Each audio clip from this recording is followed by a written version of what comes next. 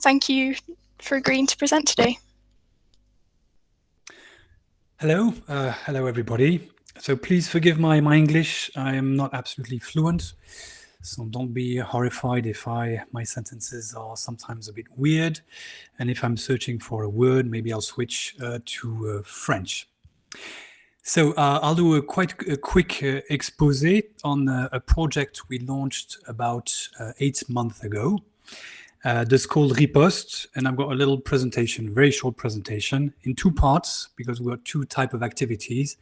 The first part, I'll be quite quick on it, because I'm not quite sure it is absolutely interesting for everybody. But the second part is probably will get your attention if you're not familiar with this type of activity we've launched a few months ago. So let me try, if I can, share my screen. You tell me if it's okay. Up, here we are. Yeah, it looks great. Perfect. Okay, perfect. So we tried to tackle a simple problem linked with what you already all know, with a phenomena that you already all know, that is called the filter bubbles. And so our problem is that, of course, when you try to debunk material, if you try to answer to hate speech online, you don't always manage to be seen by those who were exposed by to this fake news or to those hate speech. So we tried to think in ways that we could simply burst those bubbles and penetrate and access and be visible directly to those who are concretely exposed to or fake news or hate speech. In order to do that, we launched a project that we call RiPOST. It's a project that was launched by a non-profit association that's called Conspiracy Watch, l'Observatoire du Conspirationnisme.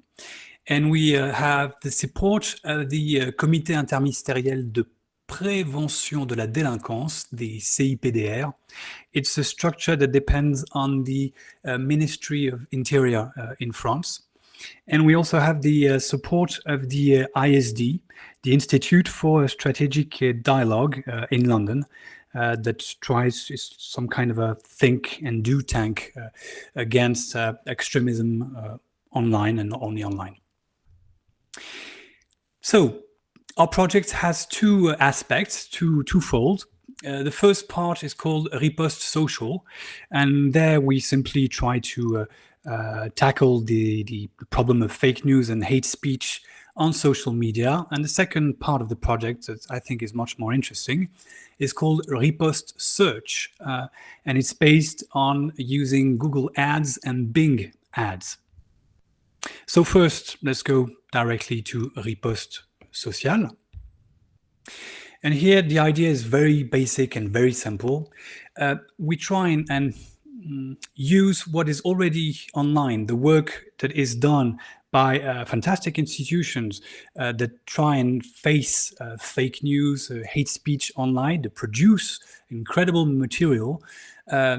And we try to take this material that sometimes we also work on this kind of material, and we try to simply inject it where specifically those fake information are spread. So we focus essentially on Twitter, although we also have some activity on Facebook, YouTube, and we're trying to think of going a bit further and using also other kind of support. We just launched, I'm just telling you that, we just launched a few days ago on TikTok our first certified account project. It's called Conspiracy Watch, to try again to reach some younger audience. So to come back on our project here, the idea is very simple. If somebody tweets fake information or hate speech that's linked to fake information, as often, well, we simply reply to this specific tweet. And we do it quite a lot. We regularly try to find some tweets that have some kind of traction online. Of course, we don't answer to all the tweets. It's just physically impossible. But we just use for Twitter, the Twitter algorithm and the popular tweets identified by the algorithm. And when we see one that's got really quite high traction, well, we simply reply to this tweet with factual information and a link on factual articles. And we have a rhythm of about 200 tweets per month. It's something that we believe is going to go a bit, we're going to try and reach maybe 500 in the coming month. All depends if we have the money to found our project sufficiently, because we do need loads of time to do that. We also work on Facebook, but as it say here, it's much less effective on our side, and we have, I would say, half about the volume that we have elements that we reply to. So that was Repost Social. I was quite quick on it, and now let's focus on the second part of our project that I find much more interesting. It's actually, we have also the data, very precise data that tells us that it's actually working. At least we can be quite sure about that. And it's called Repost Search. And Repost Search relies on two components, Google Ads and Bing Ads. For the Google Ads, we simply applied to a Google Ad grant. You're probably all familiar with this possibility that you have when you're a non-profit association. Not always very easy to get, but okay, we got one here, and that gives us the possibility to have a virtual credit of 10,000, around 10,000 euro per month of Google Ads in Google Search. We also use Bing Ads, and here we benefit of our partnership with the ISD that's working hands in hands with Microsoft. And we, in the same case here, have the capacity of having a virtual 10,000 euro per month of publicity.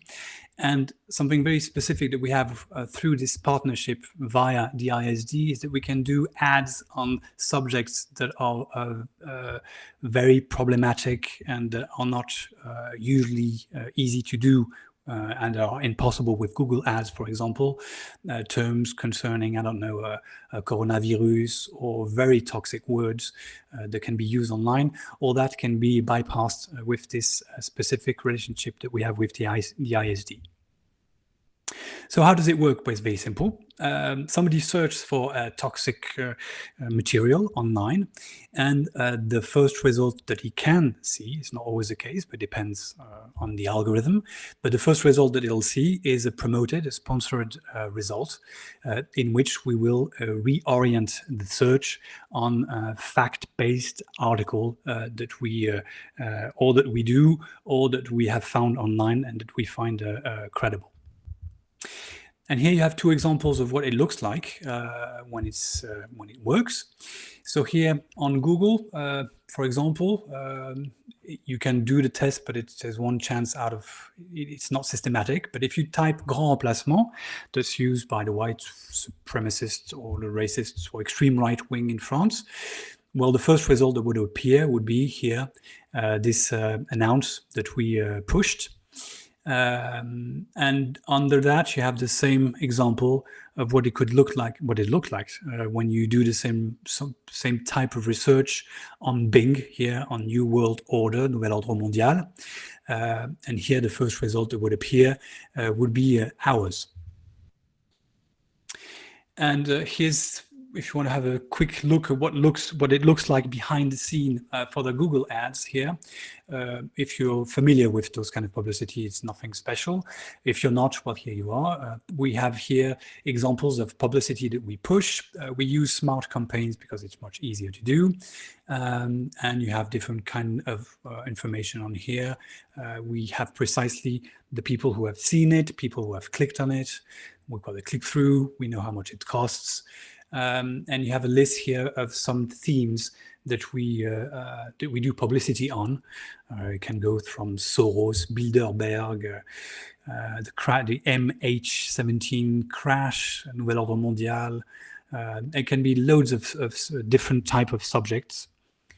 We have more actually now, more than about 200 campaigns.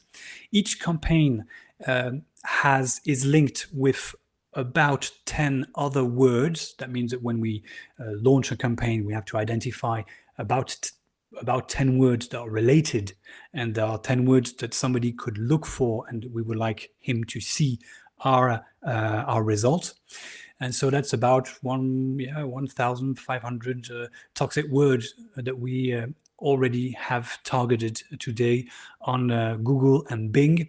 And it's and every month we add new campaigns, and it's been working really nicely for the last 6 months. We launched that about 9 months ago, and it's actually really working out quite nicely today. So that's it for our two main projects, but I really do think that the second part of our project is something that should be promoted and should be used by others. We only do that here in France, but I'm sure it would be absolutely effective in any country in Europe. And I would be glad to all participate or aid anybody that would like to go in this direction. We do have some statistic data, and we know that, for example, on Bing, we get every month between 100 and 150,000 views. For Google Ads, we get about 60,000 views per month. And for the clicks, it's about usually, I would say, a quarter or between a tenth and a quarter of clicks on those different ads. Okay, I think I can stop here and maybe just give the floor here and maybe start answering questions. Thank you very much. It's very interesting. I think, yeah, it's definitely a very unique initiative, especially like we were just discussing before the presentation. There's not really anything out there from civil society that does something like that. So I can maybe tell you, we have a partnership with the Ministry of Interior here in France. And when we spoke to them about our project, they told us that they already tried that. They had a very short sequence a few years ago and they did a partnership with another non-profit organization, and they focused at that time on ISIS propaganda. And their idea was to do the thing that we are doing on hate speech and fake news, but focused on Daesh and ISIS propaganda. That lasted a few months, I think, and that was a few years ago. And that was the last time, at least, that we've heard of an initiative that looks like what we've launched a few months ago. Cool. Okay. So I have a question to begin with. So yeah, just regarding the first part of your presentation on replying to false information on Twitter with accurate information. How do you decide, what is the process for selecting articles to reply to tweets with? Yeah, well, it's quite easy. We focus, of course, on trending news. So of course, there's if it's for Twitter, you have the trending topics. That's a good hint. We follow, of course, the news in France. So if there's a huge news, we try and focus on that. And we also produce debunking material, and we have our own tempo on conspiracywatch.info. When we focus on subjects, and when there's a subject that's mature and we did a big search and an enquête on it, then we look online to see if there's people promoting fake news related to this work that we've just done. So it's actually just following the trend trends, the news. Of course, when it's something that's very old, it's much less effective. Yeah. But I do want to be very transparent on that. Is that it takes a lot of time, and the effectiveness of that is still to be measured. Because when you answer, if you answer 20, 30 tweets that are sort of trending, you're not 100% sure that your respond is going to be massively seen.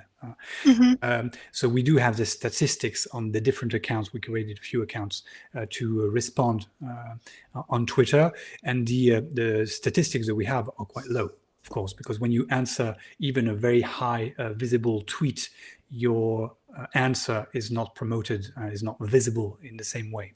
So the statistics are quite low. It's more like a very chirurgical approach, very small, trying to answer on certain tweets. But I want to be very transparent on the fact that it's much less massively visible than our second project, Repost search. Okay. So we have 9 questions to get through. This sort of relates to what you've just answered, but Anonymous asks, do you have many ways to measure impact of Repost social? Do I have what? Sorry? Do you have any ways to measure impact of Repost social? Oh, yeah, for the Repost social, it's actually very, very precise because we have the exact amount of, what is precise is the statistics. Now, we don't know what happens in one's brain, so we don't know if we've managed to switch some person who is going to do a horrible research and bring him back to reasonable sense. That we do not know. What we do have, and what is very precise, is the amount of visibility, the amount of time people have actually clicked on it, and how long have they spent on the article that we've proposed them. And we have very high amount of timing reading. We've got like more than 2 minutes, 2 minutes 30 sometimes. It's pretty good. On an average on the article. So people actually read the article when they click on it, and whatever they think about it, at least they click on it. So it's quite precise. Yes, we have a very precise statistics. Now the efficiency of that, I have no idea. When I mean the efficiency is that we don't know, we can't, do a sondage, and measure. But the important for us is not so much to aim on people who are already, convinced. It's all this this fringe, this middle ground fringe of people who do not really know. On those 200 campaigns, we have some very, very specific words that are used by a very small amount of people. All this knowledge base, that was maybe also the question before, but all the knowledge base here is based on the huge work that's been doing for more than 10 years, l'Observatoire du conspirationnisme. And they have a very, very good understanding of toxic words, toxic memes, and used by extreme right wing, or not only extreme right wings. And so those this capital of knowledge is used to identify the words and the people also. In those more than 200 campaigns, there's about half of them concerned people who have identified as being very problematic.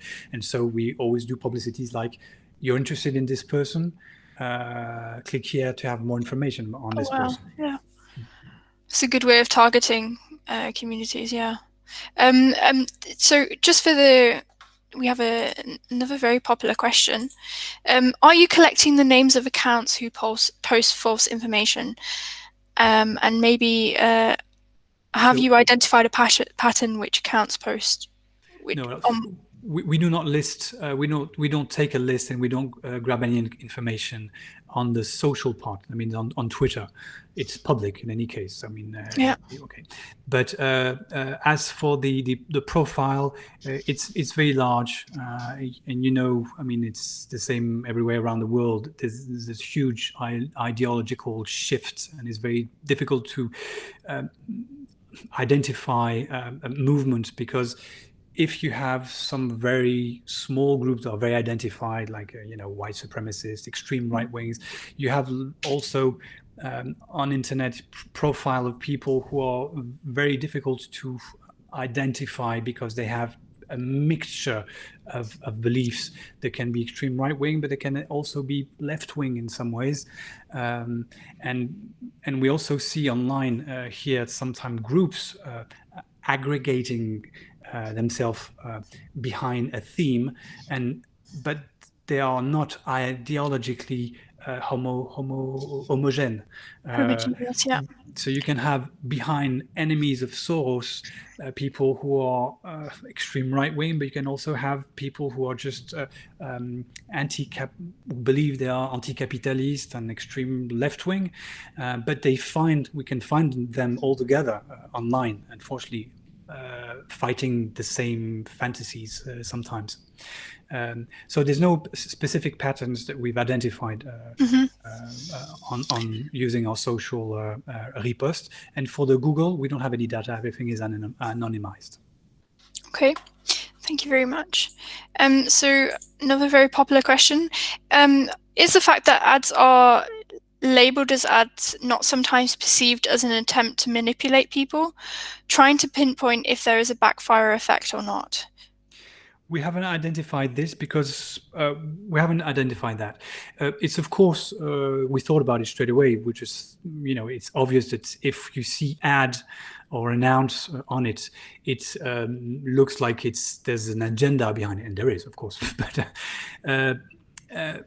there's also data online that shows that, unfortunately, that's a sad thing. There's a minority of people actually, or let's say a majority of people, don't see the difference between the answers given by Google and the sponsored answers given by Google. So unfortunately, a majority of people actually don't see the difference. So for those who do, of course, those who are convinced all the way, I mean, when they click on it, and if they are extreme right wing completely, well, of course, they'll just think it's propaganda. But our idea is really to engage with those who, all the population, and that's the heavy majority of people who do not know exactly, and who could fall in this rabbit hole and go further deep, especially with the algorithm, how toxic they can be. So it's a way to cut through the algorithm that could lead somebody to something toxic, and to hopefully just propose a little something, a last little support, just to tell them, okay, before you leave ground, just maybe have a look at this article. Yeah, it's essentially using the algorithm for good, I suppose. It's a really great idea. So the next question would be, would it help to have regular targeted ads towards specific communities? So for now, our ads are really aimed at what people are searching, not where they come from. The only targeting that we do is France and a certain age gap. For the rest, we do not aim anything else than what people are precisely searching.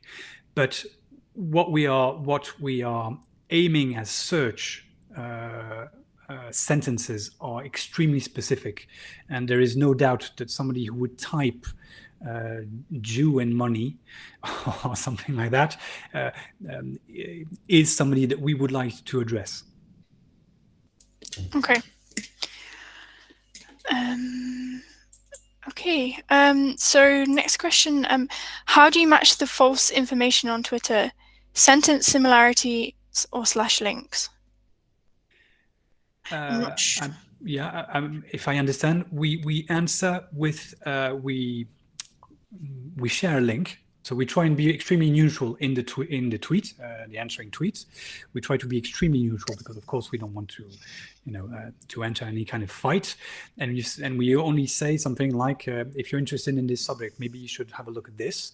And usually we have an article that we've written on this specific subject or this specific person, and we simply invite those people to have a look at this article.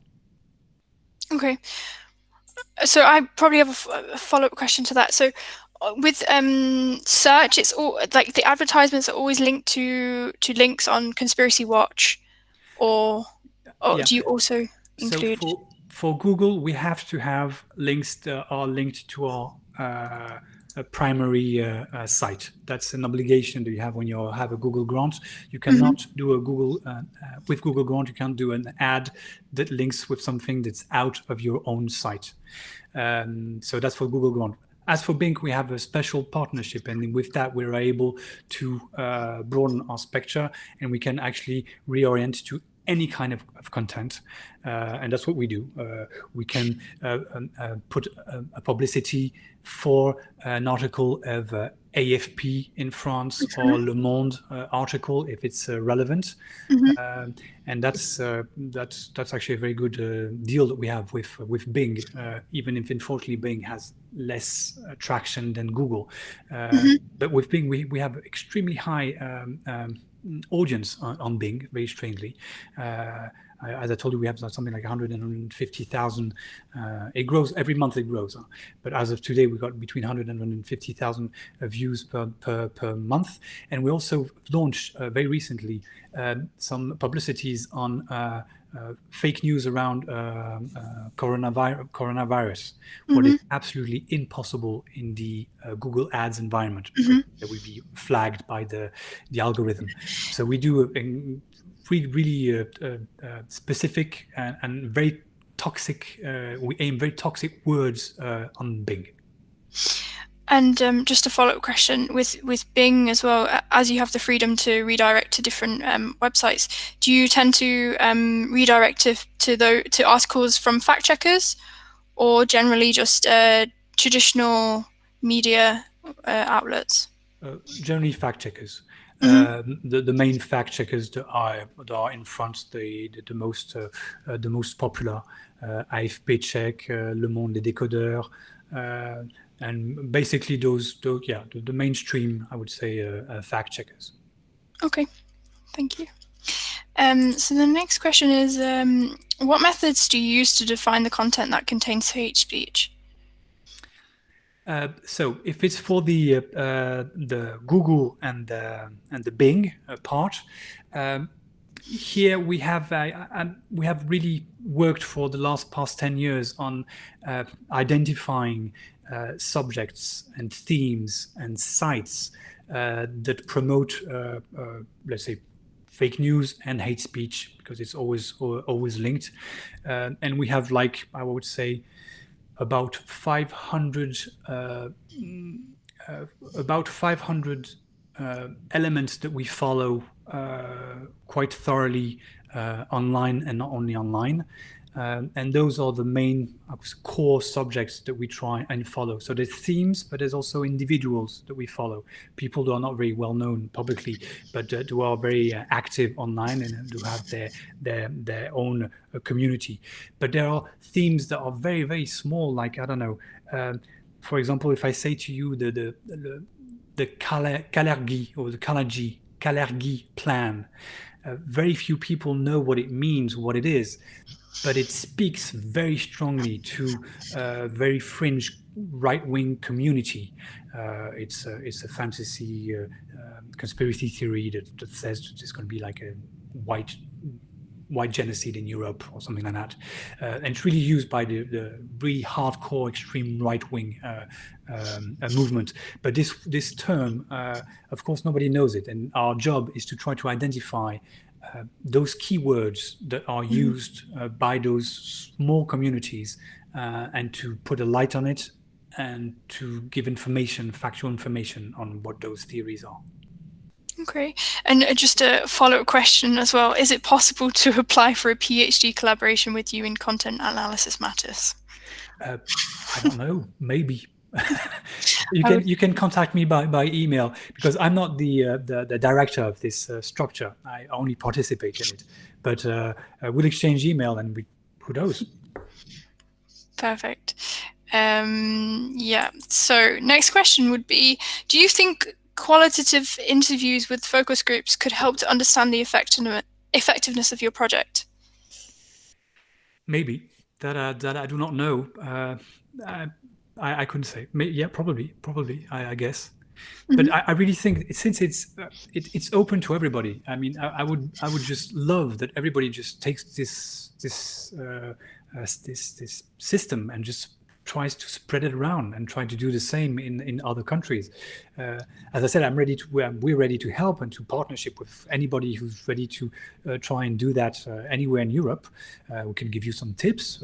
It's quite basic. The only knowledge that you need to have is knowing your environment and knowing, of course, the keywords that are trending, the memes, the extreme right wing or left wing memes that can be used. If you have a culture of a good culture sense of your country, the extremism in your country, it's not that complicated to launch, and I think it's quite effective. And I'm rather sad that it's not more popular, because again, if you manage to have a Google grant, it costs nothing.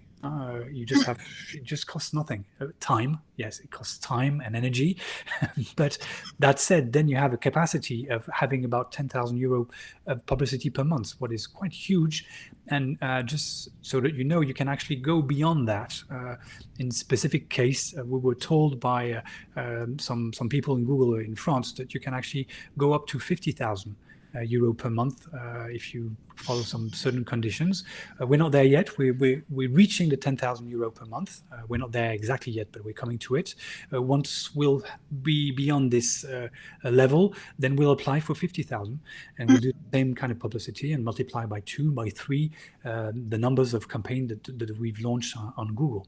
But I really think that other countries should really try and engage in this kind of system, because it's automatic. Once it's installed, we did publicities like 7 months ago that were quite low, but activates automatically themselves when the news reactivates this keyword. We have one on Notre Dame, the one Notre Dame burnt, so people think it's Muslim people who burnt it. So, and there's like some vagues for a few months, there's nothing, and then suddenly some blogs and round start mention again the fact that Muslims are behind the burning of Notre Dame, and then automatically our publicity start to go up. So all that, we just benefit from the power of the Google trends and the Google algorithm, and it's automatic. I mean, this publicity can stay online for a year or 2 years, and we don't have to think in terms, is it the time to do it? Because if it's not the time, then there's a little publicity exposed, and when it gains in traction, when there's a heavy traction, then the publicity goes super up, and we have some individuals, sometimes people, we have like 100 people that we've identified. When one of them comes in focus of the news, then instantly it goes automatically. We see multiplied by 10 the audience that we get on our publicities. All that is automatic, reactive, and it's and we got nothing to do besides just look and see how it evolves. So it's very efficient, and I really love this way of working. I find it very effective. Perfect. So next question. Is there a risk that Google capitalizes on keeping or promoting disinformation in order to gain more money from ads against disinformation? Maybe that I couldn't say. The only risk, I'm sorry, I'm just step aside. The only risk that we have is that Google suddenly, the algorithms of Google suddenly go mad on the keywords that we've, the thousands of keywords that we've identified. I'm very surprised actually that we're still online, to be honest, because all those keywords that we put in are really disgusting keywords. I mean, they're just the most horrible keywords you can imagine. We didn't put like words. We know that there's some few keywords that are that we mustn't use, and we had a few campaigns that got blocked because there was one word that was too much for the algorithm. So the only problem with this project is that we're very dependent from the arbitrary algorithm of Google. For Bing, we have this special partnership, and we know we're protected. For the Google side, there's a little risk. That's the only maybe problem with that, is we're very dependent on Google, on the Google grant. For those of you who know Google grants, it's quite delicate thing. You can lose it very quickly, and when you lose it, it's really hell to get it back. So it's a bit fragile. That's something I must point out, to be absolutely honest. Okay. Next question is, how is the usual reaction from those on Twitter and Facebook who are answered with facts? So the general, okay, a majority, there's no reaction. Must be Oh, clear. interesting. Yeah. So there's people do not react. Okay, that's majority.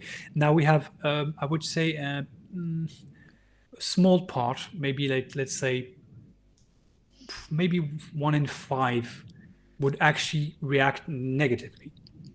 But I would say there's still about 10% of the reaction who are, and that's always quite funny to see, is, oh, I didn't know. And I would say maybe 1 out of 10 is just, thank you, I didn't know. That's about 1 out of 10. That's the only reaction that we get. Majority of people don't say anything. As I say, I would say there's really 20% of people react badly, and maybe 10%. An average, a very rough average of 10% of people who actually answer just by saying, "Oh, I didn't know." What's good? What's good? But it's then again, the audience here is very limited again, because the only people who will see our answer is the person who tweeted. As for Twitter, people and the people who would click on the tweet to see the answers. As for Facebook, that's different, because of course you can be visible from everybody. Unfortunately, when we try to answer, we're often drowned if it's something that's got a very high traction and very high visibility on a page or on a group or wherever. Our message is often drowned by the amount of messages that are inside, and it's difficult for us to be identified as more visible. Okay. So I have another question is, do you plan any actions on YouTube, as it's one of Google's weakest points on conspiracies and disinformation? We would love to do publicity, but there's no grant as of today to do publicity on YouTube, unfortunately. If that comes up, we'll go directly and do what exactly we did with Repost search. We would try and do something we would do the same on YouTube. We would try and do some publicity over there.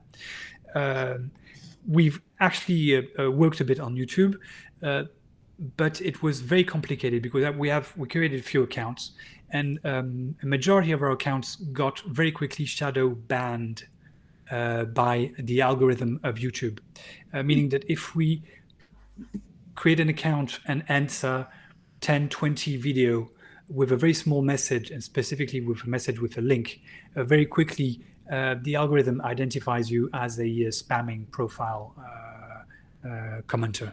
And so we get very quickly shadow banned. We've realized that our messages do not appear in the list of answers. So YouTube is very, very difficult to penetrate. We would love to have a grant from YouTube to do publicity. We've asked Facebook and Twitter to have a specific grant to do publicity on Twitter, to aim specific kind of profiles. We've never had a positive answer yet from Twitter. We've had some good contacts with Facebook to have publicity. I'm speaking about publicities, to have a grant of publicity, so we can do push publicity. But unfortunately, when we asked, it was when Facebook was getting roasted by the Congress in America, and so they've blocked all those kind of facilities that they would actually give to some non-profit associations, and so now they're much more difficult. They're much more touchy. Okay. I just have a question that's sort of related to this. As you mentioned earlier, you have opened an account on TikTok, and TikTok is a platform that kind of most of the time goes under the radar for misinformation and conspiracies. What is your experience with TikTok? And TikTok is absolutely okay. central. I think it's a place where we should absolutely all focus on, not for the quality of what's inside, but for the people who are using it. Yeah, children. It's of course children or very very young youngsters.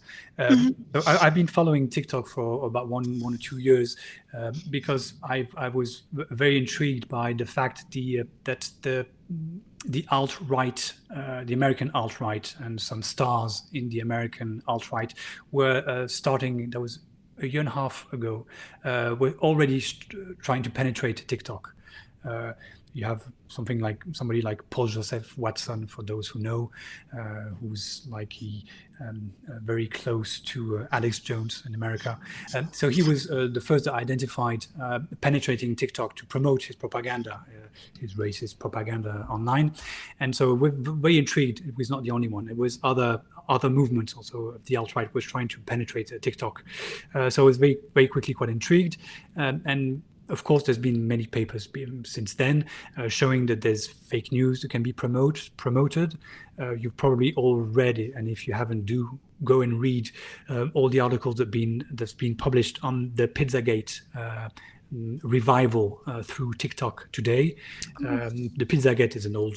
I mean, I thought it was finished and over. This theory was finished and over with, but it suddenly gained a huge traction via the hashtag search and promotion on TikTok. And that is just to show you how powerful TikTok is in trend settings, subjects and themes and memes and whatever you want.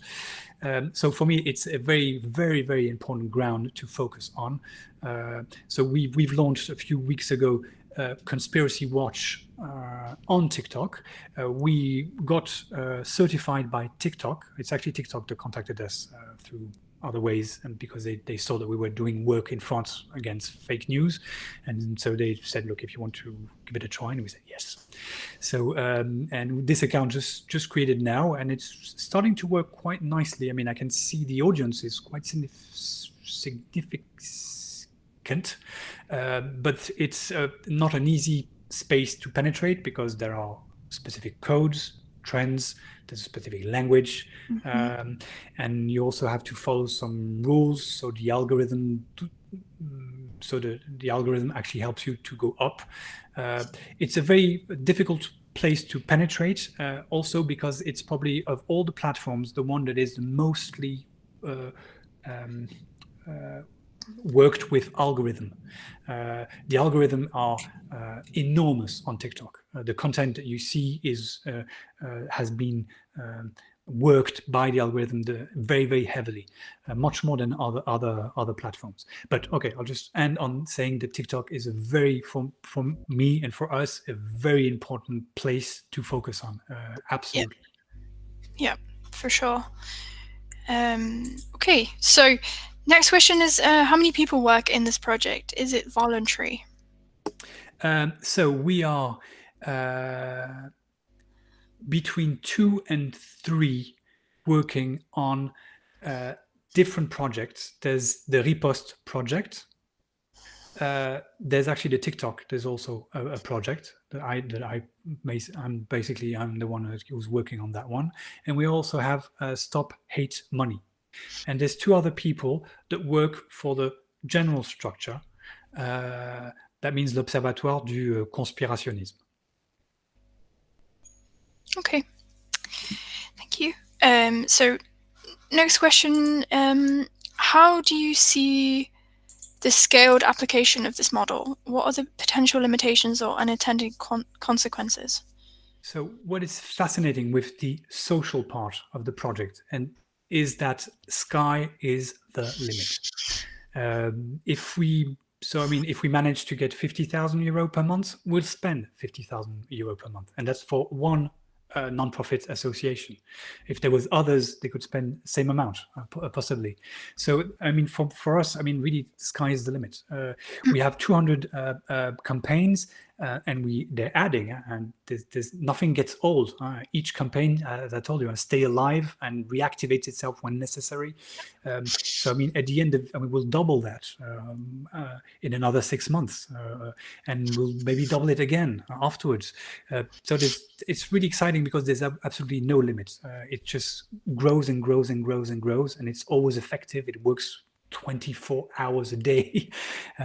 So that's very exciting. For the other part, that's more the social, I mean, on social media part, that's much more complicated because it takes a lot of time, and we can't just spend our whole time just answering tweets, putting comments on YouTube, on Facebook, with a result that is also difficult to appreciate. For now, we'll continue for another 6 months or a year. We'll see how it goes.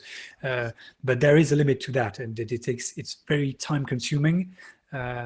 And it's endless flow, of course, and it also gets old. Once we've answered a tweet is old, like a few hours old. A tweet is dead. You see what I mean? So it's loads of work for something that's got a very short time limit of being effective on. And the big difference with the other one is that whatever we do, it's effective for until we leave the campaign on. Okay, thank you very much. Next question is so related to what we spoke about before with YouTube and TikTok. Given that Instagram is a growing platform for news for young people, is anyone doing anything similar on that platform that you know of? Not that I know of on Instagram. Not that I know of on Instagram. And as for Facebook and Instagram, we've not managed yet to have a sufficient good relationship so that we could try and propose something. The problematic is the same with Facebook, basically. We are in contact with somebody that answers when they answer, and we're trying to see if there's not a possibility of pushing publicities. That would be another kind of gymnastic that would be very, very interesting, is to it's not what we're doing right now with the Google search. There would be publicity where we would try and aim specific type of profiles. There would be a work on profiling specific groups of people. That would be a fantastic something to work on that I would find very interesting and fantastic. We don't want to spend any money, of course, and we're not going to put any money to do publicity. But if Facebook gives some kind of grants like Google does, we would definitely use that to push different type of publicities, like any marketing firm would. Okay. So next question is from Ruben.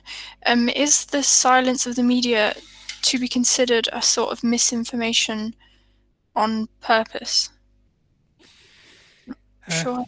Yeah, I think the media I think are quite vocal, but what I find very interesting nowadays, let's say, with all the media who work on, for example, on debunking information, is that they're not always heard. The ecosystem, in the way today, a majority of people, especially the young generation, access information is through the filter of social media. And the problem with consuming information via social media is that you might never see in your whole life extraordinary, fantastic articles that were written and worked by very serious media.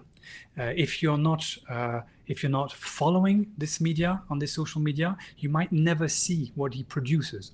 And this specific ecosystem of information is, I think, very problematic for all the media and all the institutions that do traditional communication, because communicating like this, simply publishing something online, is not a guarantee that you're going to be read by the people that maybe should read it.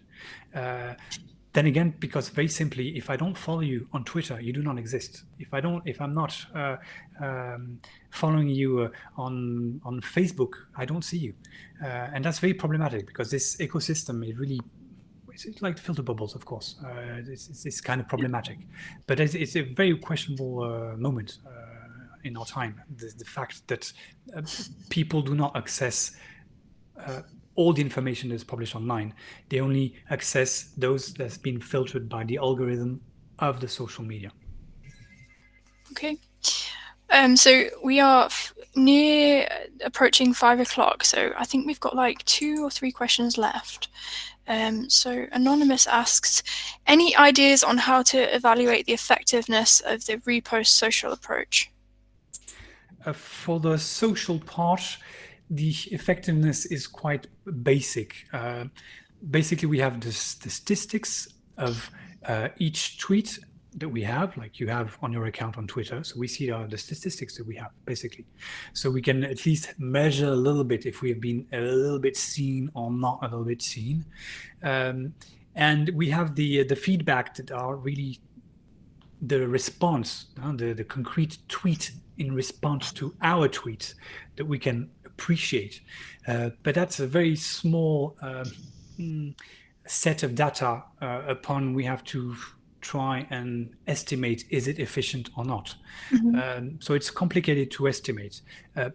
It works because we do have some good response. Like when somebody responds, "Thank you, I didn't know," that's fantastic for us. I mean, it Yeah, means of that course. we've Best. there's one person that we got, but it's one person. You see what I mean? It's so there we are. But we also know that when somebody speaks out, there's often a silent minority that is behind it, and there's loads of people who do not speak and who will think the same. But that's I wouldn't go beyond that. As for estimating precisely the efficiency of this part of the project, Ripost. Okay. So we have one more question left. So I encourage those who would like to ask a question to get them in ASAP.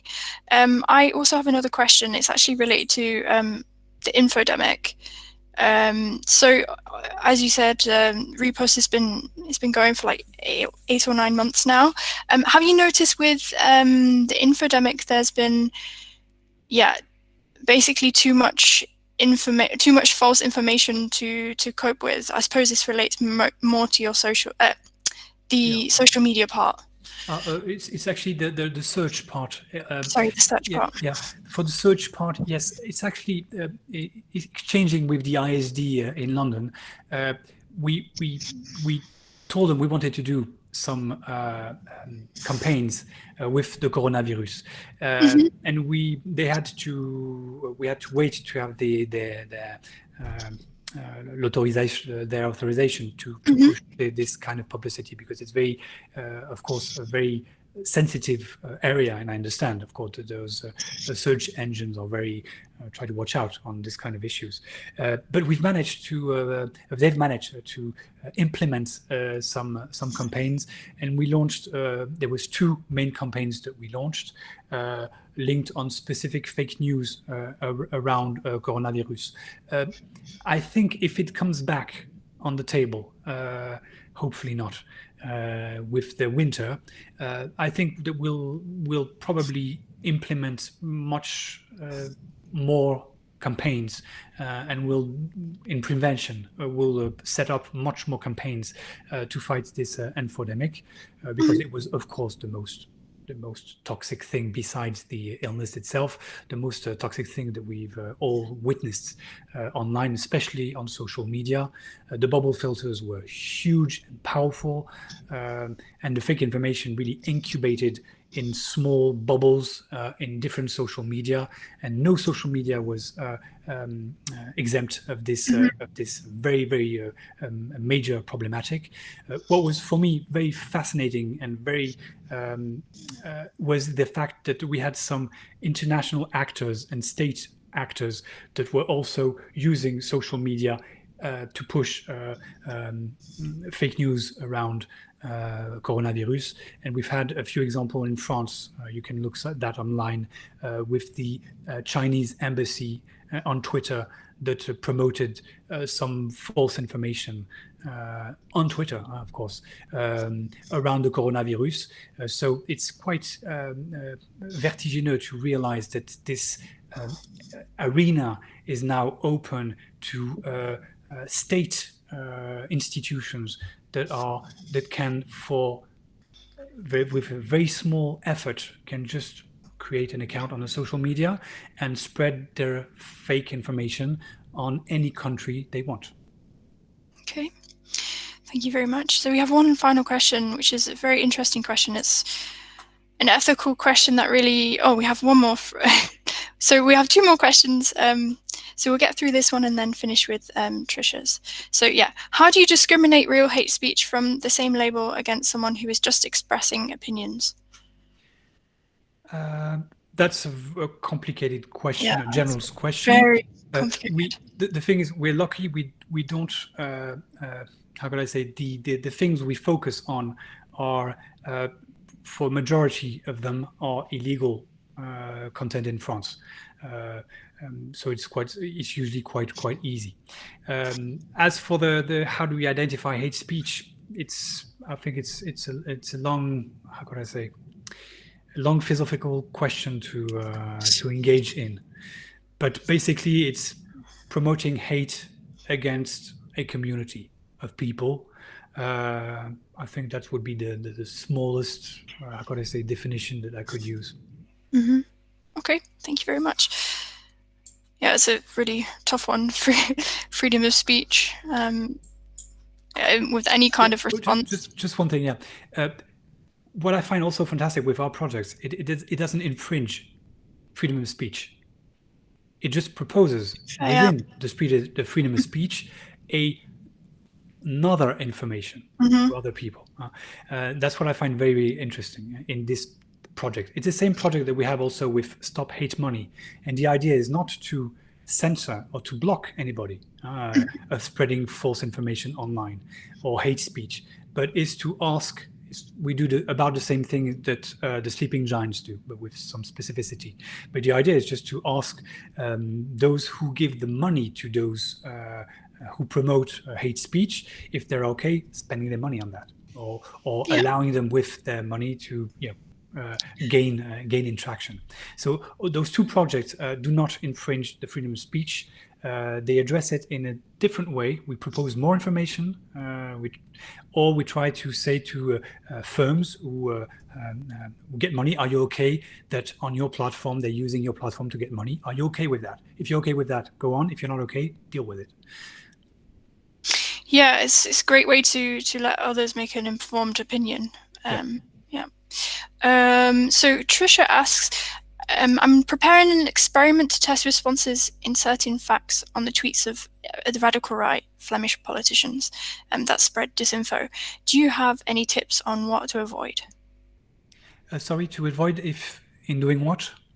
So inserting facts on, so replying to tweets of. Okay, yeah, I think that the advice I would give you, or the advice that you would already have implemented, is of course absolutely being the most neutral possible. Of course, because if you engage in a fighting mode, of course it doesn't work. So we try and make it extremely short. We're very simple, and we also say something like, more like, oh, you're interested on this subject, maybe you would be interested in this. Being a bit ambiguous, not saying what you're saying is wrong, but saying, okay, you're interested in this subject, maybe have a look at this. That's one way you could maybe put it. Then again, those who are completely convinced it won't change a thing, of course not. But if you aim at this middle fringe, then it can be, it can be interesting. Perfect. Okay.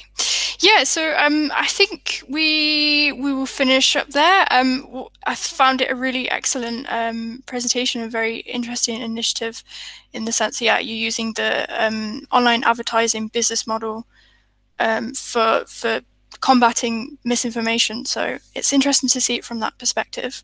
And just one thing, I'm ready to, if anybody, if there's partnerships to be thought of, if you want to do something in your own country, if you want some hints, some tips, you want to collaborate or anything, we're completely open. All that is very experimental. It's a work in progress. So, I'm very open to any kind of exchange. So don't hesitate to contact me, contact us for any questions or anything. Yeah, so if those would like would like to get in touch with Tristan, if you just drop me an email, and then I'll be able to connect you with Tristan. Yeah. So yeah, we'll finish up there. Thank you very much, everyone, for attending today, and thank you. A special thanks, obviously, to Tristan for sharing his initiative with us. It's super interesting. We are